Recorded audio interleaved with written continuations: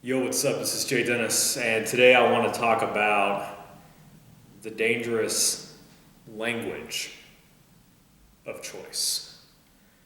Not the idea, but the language. Because one of the biggest things we hear in life a lot is it's not what you said, it's how you said it. But also on the flip, if you work in sales or you have to build relationships with people, language is huge too. The words you choose, and the ideas associated with them that develop your opinions, your behaviors, and maybe ultimately your values. There has been this especially dangerous the last year during the pandemic, but it's been going on well beyond before that. But one of the few silver linings about this pandemic is how it's really revealed a lot of flaws and made them abundantly obvious. And I think that's why a lot of people's thinking is evolving and getting better, and people are kind of expanding their horizons, getting out of their insulated bubble, and kind of challenging themselves to be better. And the idea I want to talk about today, mostly with the language, is with choice. Personal choice. Personal liberty. We've been hearing this all year. And, if you're feeling brave enough, stick around to the end of the video. But very early on in the video, I'm going to say some stuff that'll probably aggravate you if you disagree with me. But just buckle up, because I come in peace. But basically, since the beginning of the pandemic, there's been a group of people that every step of the way, generally the ones that have screamed the loudest about this thing oppressing us, are the ones that are in turn perpetuating it. The ones who didn't want to wear masks, the ones who didn't want to get vaccinated for the dumbest reasons. Again, I don't have any grievances towards people who don't get the vaccine because they can't. Maybe they have an autoimmune disorder and they just simply can't get it. But for people who are choosing to not get it for really dumb reasons, this is who it's for. But for people who didn't want to wear masks, get vaccinated, socially distant, or just basically have common courtesy towards people's safety during a public health crisis. People decrying my personal choice, my personal liberty. It should be a choice if we want to wear a mask. We don't need Big Brother telling us what to do and everything. The biggest thing I want to communicate early on, because I intend on making this video roughly just 10 minutes, is with regard to your personal liberty and your idea of what choice is. And I've talked to people who have expressed to me lifestyle choice, personal choice, all this stuff. But what I don't think they understand is that depending on what you're applying choice to, it effectively becomes a zero-sum game. By you securing your own choice over mild inconveniences, such as wearing a mask or getting a perfectly safe vaccine that's actually working and curbing the pandemic, the reason why we're able to reopen and get life back to normal is because so many people have gotten vaccinated. That's how pandemics work. That's how infectious disease works. If you curb the infectious disease by creating herd immunity, guess what? We head in the right direction. But this idea of personal choice or your liberties being infringed upon, it's a zero-sum game, because by you trying to take yours back, you're taking away somebody else's. And here's why. There are people out there, actually before I say that, let's just look at the language these people used from the very beginning. The old people and the sick people can just stay inside. As if they don't have a life, as if they don't have hopes and dreams, as if they don't have bills to pay, as if they don't have people to take care of. What kind of country do you think we live in? You think we live in a country where we take care of our people? No, we don't.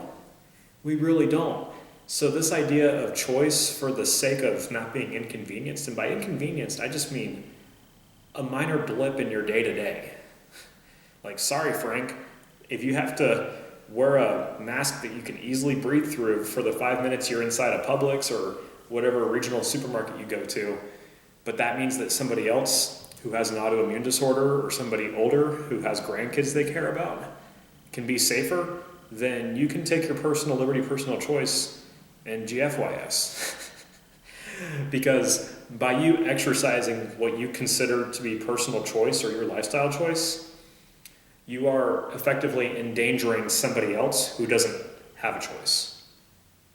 There are people with underlying health conditions, there are disabled people, and this is why I'm happy that more people are starting to focus on the disabled community. Not just because I have people close in my life who have been deeply affected by this pandemic, so of course I have sympathy, empathy, and I can relate to them, but it seems like more people are just starting to catch on to this, and that's why I want to make this video. So, again, this idea of personal choice and personal liberty with respect to this, I'm all for freedom, I'm all for personal liberty. But when you apply those principles to things that require a collective effort, it becomes a zero-sum game. Because again, if you go out there and overly exert your choice, you're taking away somebody else's. This might be a little bit of an extreme example, but if you made the conscious choice to kill somebody, you're taking away the other person's choice to live.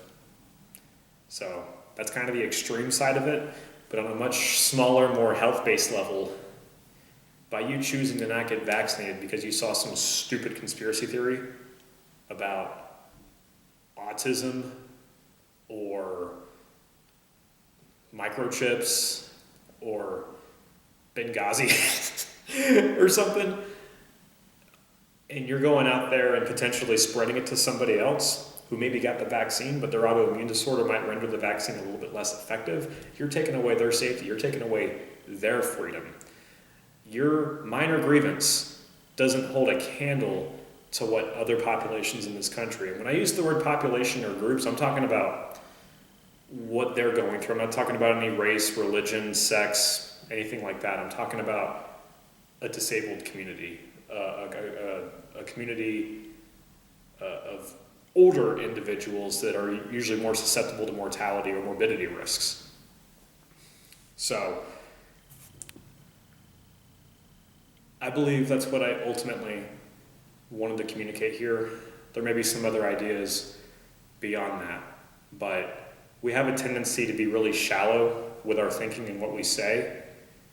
And before you go off blurting out your beliefs on Facebook or something, maybe think twice about what other people are going through before you get selfish.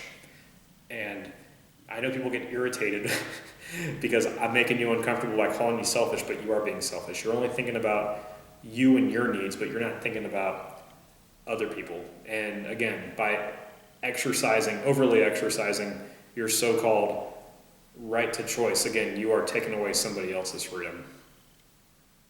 There are so many ways that in this country, in this culture, we can have more equity and have more equality for everybody. But until we get out of this self-aggrandizing idol worship and all this me, I can't handle certain inconveniences, so I'm just going to fuck it up for everybody else, while most of us are trying to do right by, I don't want to say the greater good because it's going to trigger a bunch of people, but unfortunately, sometimes in life, we do have to come together as a community. We do have to come together as a collective to get things done. Otherwise, our world is going to burn down due to climate change. Another pandemic is going to come. More and more disinformation is going to happen. There's going to be a fucking tipping point. This civil war that people, the right-wing extremists, terrorists threaten about, could very well happen on the other side. Majority of sound-minded people could very well get tired of your asses. And that's not a threat. It's just something to consider. There are so many of us that are tired of being oppressed through microaggressions and even just outright aggression through health hazards and biological warfare. Even if it's on a small level, it all accumulates into bigger things. So just think twice before you start talking about your personal choice and your personal liberty. Because depending on the situation, by you doing that, you're taking away somebody else's. And at the end of the day, if you just did what you were supposed to do, we'd all have equity in our choices.